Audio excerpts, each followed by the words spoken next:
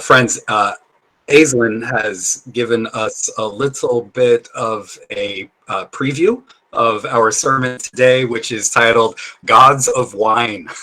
There were many gods of wine in the ancient world, and Aislinn, you can keep me honest here, telling me if I get this right or not, but there was one god of the ancient Greco-Roman world who is particularly fascinating, especially when it comes to Jesus's miracle of turning water into wine. And that god's name is Dionysus. And Dionysus, you can read about Dionysus in an ancient Greek Greco-Roman play by Euripides called the Bacchae. And the Bacchae essentially goes like this. There is this god of wine who is also a god of madness named Dionysus. Dionysus goes off from his hometown to spread his message, his godness around the earth and have people worship him. This is one of the things that many of the ancient gods love is when people worship them. So Dionysus wants to spread his religion, his cult throughout the world. And then Dionysus comes back to his hometown, and his cousin, a man named Pentheus, is king.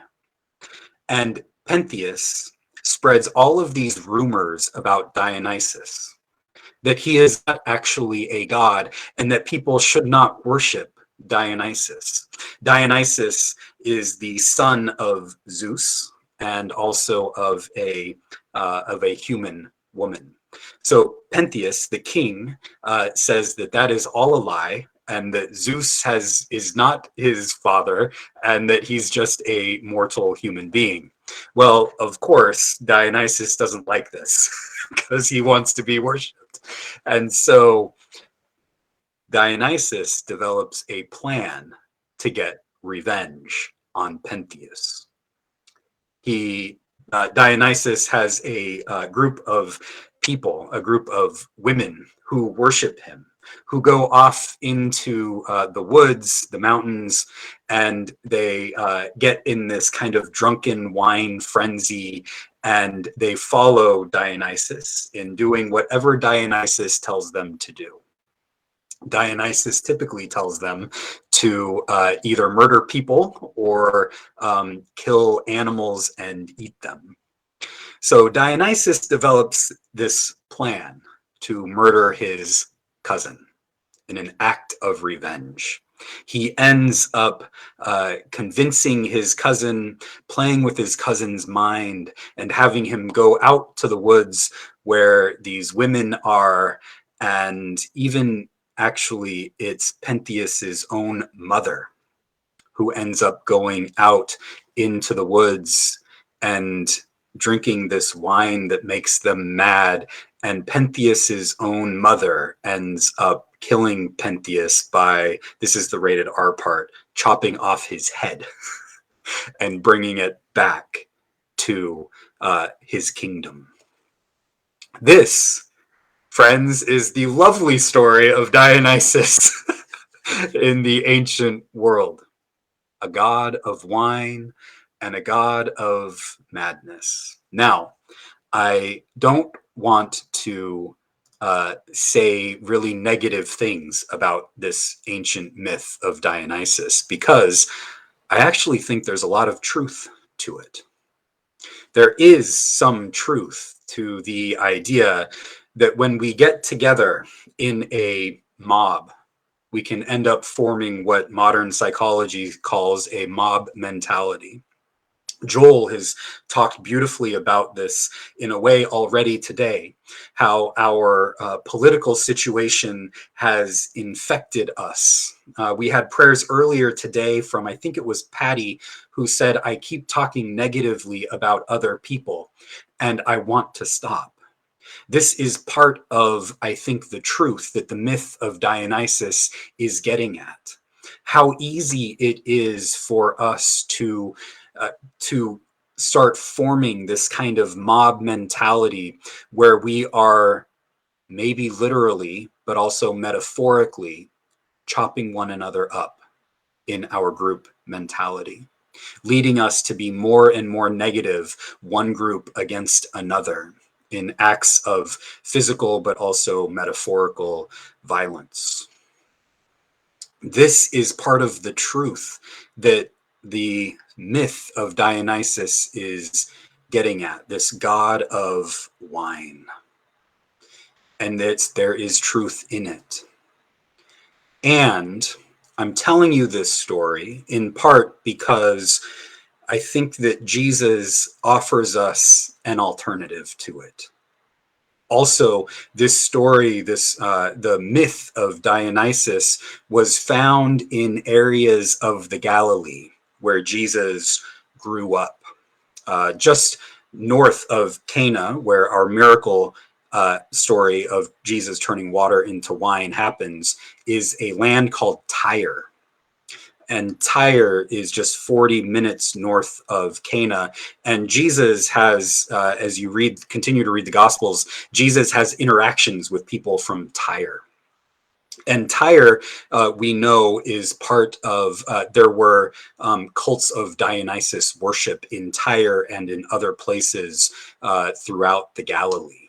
So Jesus is interacting with these kinds of stories, and the gospel writer is also interacting with these kinds of stories of Dionysus.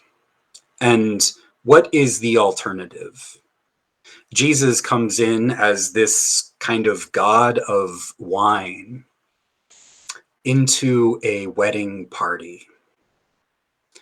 And he comes in, and Mary, his mother, tells him that they are running out of wine.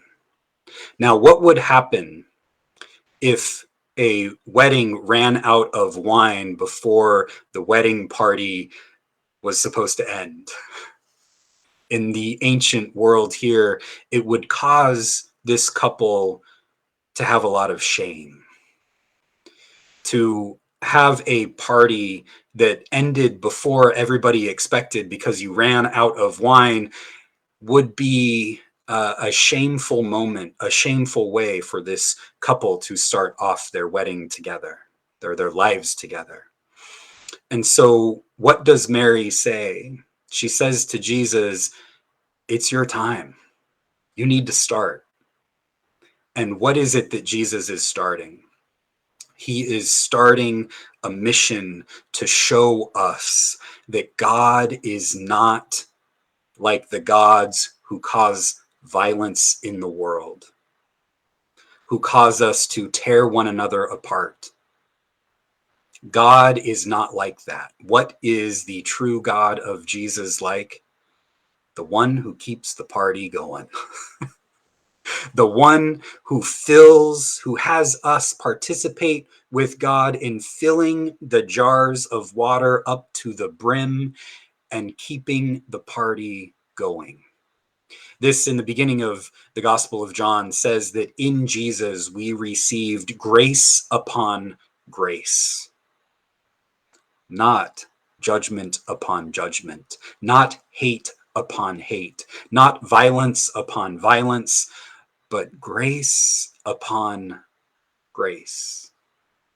Jesus could have entered into this moment and said, they did not plan well enough.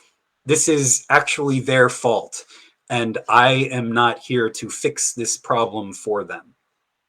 He could have blamed the groom, the party organizers. But what did he do instead? Because his mother pushed him out of the basement and said, "You got to get to work, son," he starts getting to work and showing us what God is truly like. The one who lavishes us with grace upon grace. That is what God is like. And God is looking for people to participate in that mission with God. Instead of getting in a frenzy where we are tearing one another apart in acts of revenge, what does Jesus provide us with? A completely different model. One where we transform our habits of talking negatively with one another, of getting so consumed in being right and making others wrong that we forget that the point is to love. As Martin Luther King, who we will continue celebrating tomorrow, reminds us, that in our struggle for justice, may we keep love at the center. In our struggle for justice, as MLK frequently said, the point is not to shame our enemies, but the point is to love them, to try to convince them that love and nonviolence and justice is the way forward. You see, so often we, and when I mean we, I mean white America, emphasizes Martin Luther King's message of nonviolence. And we ignore his message of justice. We ignore his message of calling out the three evils that exist in the United States. The evils of racism, of the military-industrial complex, and of capitalism run amok that makes us more greedy and doesn't emphasize caring for those who are in need. White America needs to stop emphasizing the nonviolence of Martin Luther King and start emphasizing justice in the way that Martin Luther King Jr. merged these two together. Because these are the choices that Dionysus and that Jesus gives us. They are both truthful images of how humans tend to interact. We can often find ourselves in a frenzy of violence over and against one another in acts of revenge. That is true about the Dionysus story. But what is more true is that God has entered into the world through people like Jesus to show us an alternative, through people like Martin Luther King Jr., who shows us an alternative, that yes, God demands and requires justice. The end of racism, the end of economic exploitation, the end of the military-industrial complex. And God also requires non-violent love. May we live into those visions now and forevermore. Amen.